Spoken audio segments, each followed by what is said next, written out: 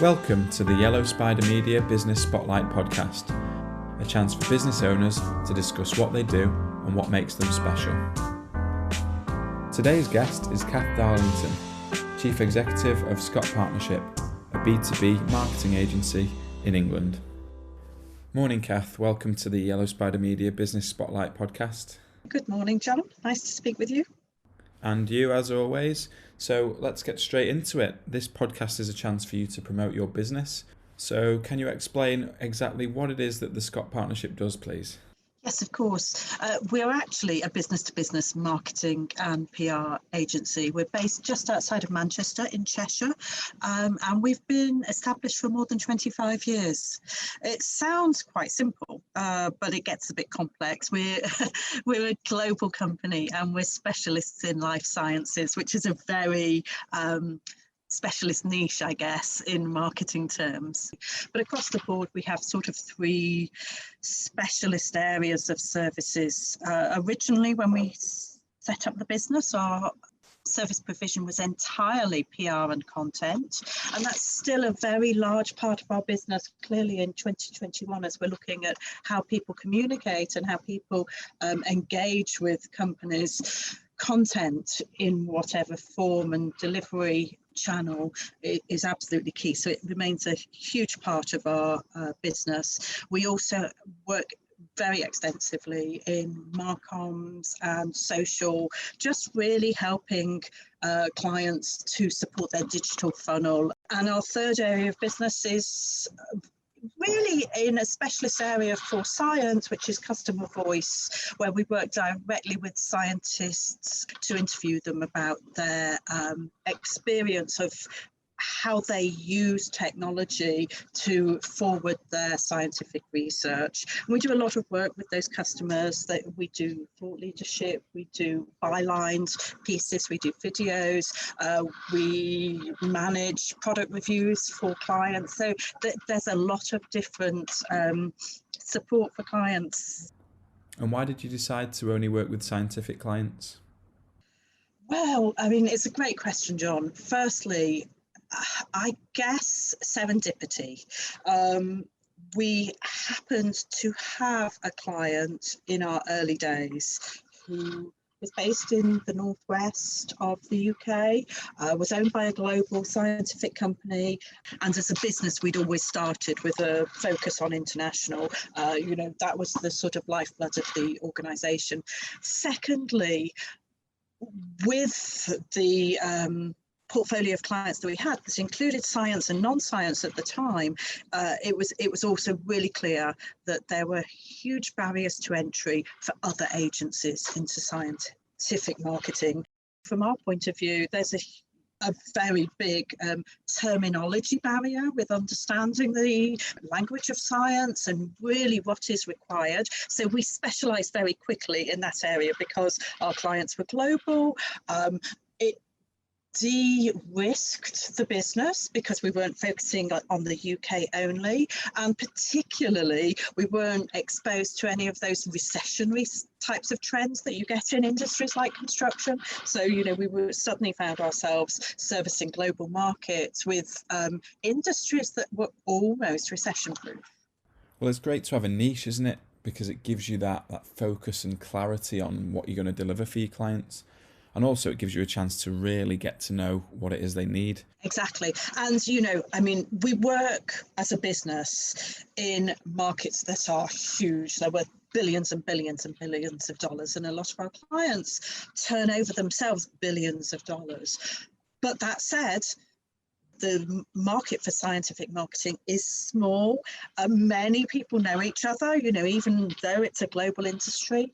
And because of that, 25 years of specialism really earns you a reputation. So, I like to say that we're probably the world's most specialist agency with experience in mass spectrometry, for example. And to a non-scientist, that would mean absolutely nothing, but to a scientist, it would tell you exactly what we do.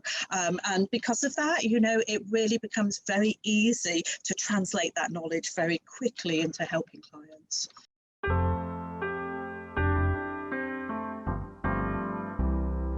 How have the last 12 months been for you as a business? Having navigated 2020, any business that's come through a year like that should be proud of themselves. From our point of view, we are, I mentioned the word serendipitous earlier. We're so lucky. We count our blessings every day. To see whole industries wiped out has been terrible. So, the short answer is, of course, it was a positive year for us, a sort of explosion in opportunity. It had its negatives, of course, because managing teams and resources from a distance who are all accustomed to working together in partnership and, very collaboratively requires change. But we were delighted to not have to furlough anybody, to instead recruit through the whole of 2020 and to change the business models, taking advantage of the opportunities that we were able to bring to our clients. I think that's it. I mean, there's certainly been a shift, and I guess it's how you adapt to that, isn't it? There's no more face-to-face meetings. We're now doing this podcast over a Zoom chat. This has become the norm now. Have you seen businesses getting more used to being online, and therefore has anything changed in your digital offering for clients? Yes, clearly. Clearly there has been an overnight shift last year in what people can do that has a success for their brand. And ultimately, when it comes to talking about what you and I do, we have a responsibility to ensure that our clients don't spend money on things that don't work for them. So, fundamentally, you have to ensure that they're getting the best return on investment that they can, whatever they do. So, a whole tranche of expenditure has been cut from clients' budgets. You mentioned face-to-face, and in the scientific industry, word of mouth, peer recommendations are huge. There is a very large industry for conferences, trade shows, face-to-face presentations where you are presenting science to other scientists, and that has all had to be replaced. Maybe you have to find different ways of delivering. It means that those brands who have better access to customer lists, better access to prospect lists, better in-house marketing and more agile, flexible thinking are able to listen and learn much more quickly and make decisions much more quickly. And of course, it goes without saying that social media and digital has had a huge role to play in all of that. And that just shows the importance of knowing and also learning which social media channels are most appropriate for your clients. Yes, I think what we're seeing is the channels are becoming more direct rather than via a third party. And you don't have to be everywhere.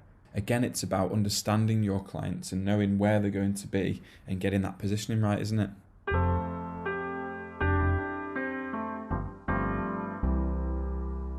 You mentioned social media before. Which platforms and which areas have worked well for you?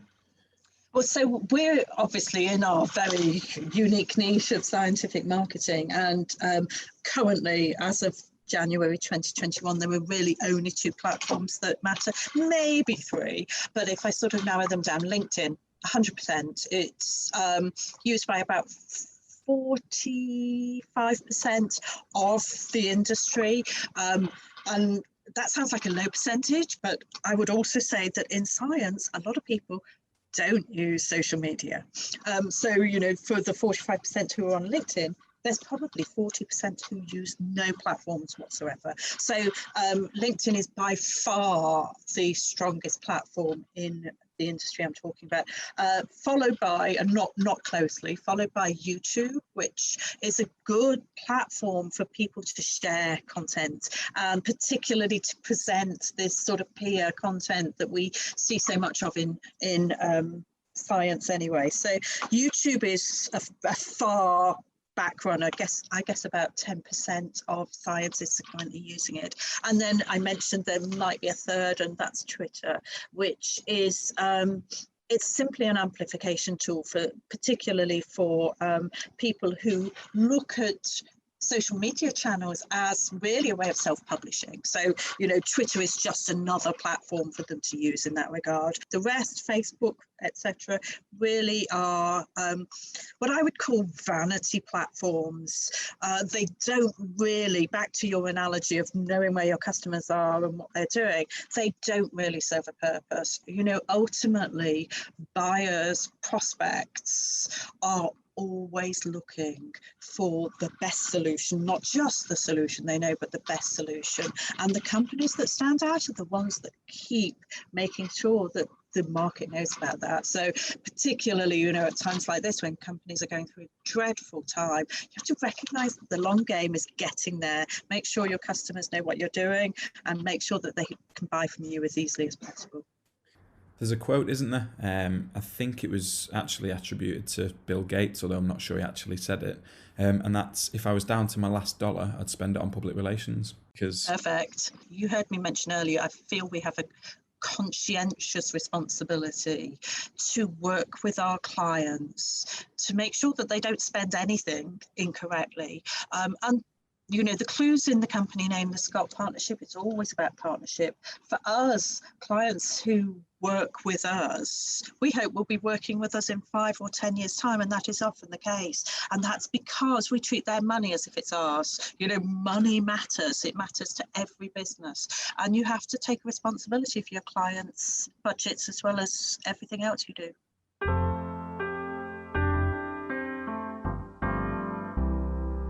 We're both marketing consultants, which means we're often asked and paid to give our advice. Is there any business advice that you remember receiving that's helped you in your career?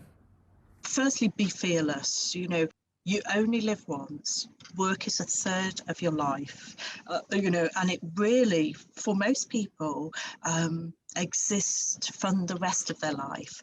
So try your hardest, but if it doesn't work, go back to employment. If you're starting a business, be fearless, go for it, because you have that one opportunity and it can transform everything that you can do going forward, not just for yourself, but for, all the people whose lives you touch. That's wonderful. And I think that's a nice way to end it. So I shall take this opportunity to say thank you very much. The first ever guest on the podcast. It's a pleasure. And I'm sorry I talk too much, but I always do. No, it's lovely to speak with you as ever. Thanks for listening to the Yellow Spider Media Business Spotlight podcast. If you'd like to be a guest on the show, please get in touch at www.yellowspidermedia.com.